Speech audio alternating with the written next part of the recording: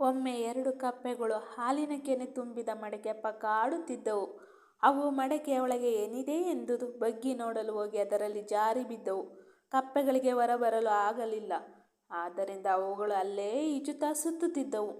ಅದರಲ್ಲಿ ಒಂದು ಕಪ್ಪೆ ಹೆದರಿ ಹೇಳಿತು, ಓಯ್, ಇದು ನನ್ನ ಜೀವನದ ಕೊನೆ, ಇನ್ನು ನಾನು ಬದುಕುವುದಿಲ್ಲ ಎಂದು ಈಜುವುದನ್ನು ನಿಲ್ಲಿಸಿತು. ನಂತರ ಮುಳುಗಿ ಸತ್ತಿತು. ಆದರೆ ಇನ್ನೊಂದು ಕಪ್ಪೆ ತುಂಬ ಬುದ್ಧಿವಂತ ಮತ್ತು ಧೈರ್ಯಶಾಲಿ. ಅದು ತನ್ನ ಪುಟ್ಟ ಪಾದಗಳಿಂದ ಕೆನೆಯನ್ನು ಹೊಡೆಯುತ್ತಾ ಈಜುತ್ತಲೇ ಇತ್ತು. ಇದರಿಂದ ಕೆನೆ ಒಂದು ಬೆಣ್ಣೆ ಮುದ್ದೆಯಾಗಿತ್ತು. ನಂತರ ಕಪ್ಪೆ ಬೆಣ್ಣೆಯ ಮುದ್ದೆಯ ಮೇಲೆ ಎಗರಿ ಹೊರಗೆ ಹಾರಿತು. ಇದರಿಂದ ನಾವು ತಿಳಿಯುವುದೇನೆಂದರೆ, ಎಷ್ಟೇ ಕಷ್ಟ ಸಮಯ ಏನೇ ಇರಲಿ, ನಮ್ಮ ಹಠ ಛಲವನ್ನು ಮಾತ್ರ ಬಿಡಬಾರದು.